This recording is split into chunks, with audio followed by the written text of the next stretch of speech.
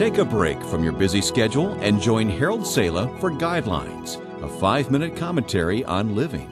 When a reporter interviewed a prostitute on a late-night TV show, he noticed she was wearing a small gold cross on a chain about her neck. "Are you a religious person?" he asked, commenting on the cross. Somewhat embarrassed, she quickly said, "Oh, not at all. I got away from all of that." She then told how she had gone to Sunday school as a little girl. But then as a teenager, she strayed far from the teaching of the little church she once attended. Talk to any vice squad detective in a large city or to a probation officer trying to decide whether to put a boy in prison or give him another chance, and you will hear 1,000 variations of the story which Jesus told long ago. We call it the story of the prodigal. It's the story of someone who, like the prostitute, got away from all of that. A certain young man grew weary of the boredom of just being good, of working hard and taking direction from his father. He reasoned that his dad was going to die, and he would then inherit half of the estate. "If I can get my hands on it now," he thought, "I can enjoy it while I'm young enough to have some fun." And that's the motivation which prodded him to approach his dad and ask for the money and his freedom. The attraction of the big city, the glamour of the lights, and the thrill of the moment has caused more than a few to pack their belongings in a duffel bag, take their guitar, and run away from home. Most of them end up about the same way: dirty, hungry, abused, and very disappointed.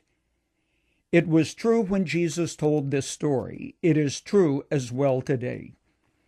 In the story which you can read in Luke 15 of your New Testament, the lad wasted everything he had on a wild lifestyle. So when tough times came, he ended up feeding slop to pigs in a field. Talk about hitting the bottom. He stunk. He was filthy. He couldn't even bum a cup of coffee from a kind-hearted little old lady.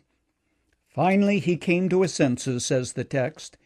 He began to think straight, to see what a fool he had become, and the wisest part of the whole encounter is that he had the strength of character to realize he was wrong and do something about it. Here's the text. So he went at once to his father. While he was still at a distance, his father saw him and felt sorry for him. He ran to his son, put his arms around him, and kissed him. Then his son said to him, "Father, I've sinned against heaven and you. I don't deserve to be called your son any more." The father said to his servants, "Hurry, bring out the best robe and put it on him. Put a ring on his finger and sandals on his feet. Bring the fatted calf, kill it, and let's celebrate with a feast. My son was dead and has come back to life. He was lost, but has been found." They began to celebrate.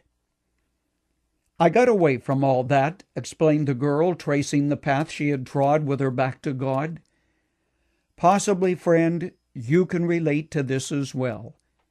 May I ask you, what stops you from coming back, just as did the prodigal in the story which Jesus told? Pride, stubbornness, the refusal to admit that things were better, you were a lot happier, and you felt better about yourself when you walked with the Lord. The turning point in the life of this young man was this. Finally, he came to his senses. You can do an about-face and head back home. The picture of the dad who throws his arms around the son and weeps with joy is a picture of God's love for you, friend.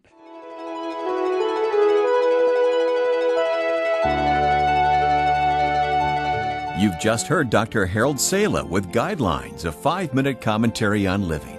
If you would like to listen to the program again, download a copy, subscribe to our e-commentary, or view other resources, visit guidelines.org. We would like to hear from you too. You can email us at info@guidelines.org. That's info@guidelines.org. Thanks for listening, and we invite you to join us again for the next edition of Guidelines.